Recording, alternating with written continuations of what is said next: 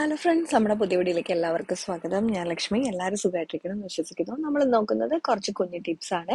അപ്പോൾ ആദ്യമായിട്ട് നോക്കുന്നത് നമ്മുടെ ക്യാബേജ് എങ്ങനെ സ്റ്റോർ ചെയ്യാമെന്നാണ്. അപ്പോൾ അതിനായിട്ട് നമുക്ക് നമ്മുടെ ക്യാബേജ് ഒന്ന് അരിഞ്ഞ് കണ്ടെയ്നറിൽ സ്റ്റോർ ചെയ്യുകയാണെന്നുണ്ടെങ്കിൽ നമുക്ക് കുറേ ദിവസം നല്ല ഫ്രഷ് ആയിട്ട് നമുക്ക് സൂക്ഷിക്കാൻ പറ്റും. അപ്പോൾ അതുപോലെ തന്നെ നമുക്ക് നമ്മൾ ക്യാബേജ് എടുത്തതിൻ്റെ ബാലൻസ് ഉണ്ടെങ്കിൽ ഇതുപോലെ ഒരു ക്ലിങ് ഫിലിം അതിൽ ഒന്ന് ചുറ്റി വെച്ച് കഴിഞ്ഞാൽ നമ്മുടെ ക്യാബേജ് കേടാകാതിരിക്കും.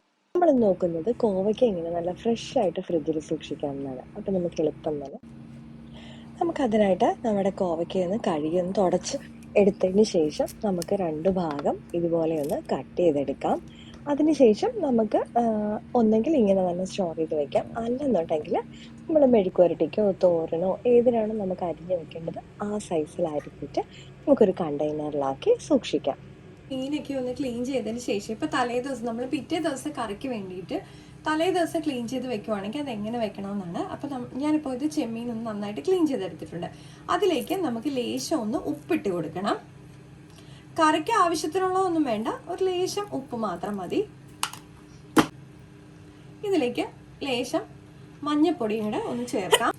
ഇതിലേക്ക് ഞാനിപ്പോൾ ലേശം നാരങ്ങ നീര് ചേർത്ത് കൊടുത്തിട്ടുണ്ട്. നാരങ്ങ നീര് അല്ലെങ്കിൽ വിനാഗിരി ആണെങ്കിലും ഒരു ലേശം ഒന്ന് ചേർത്ത് കൊടുക്കാം.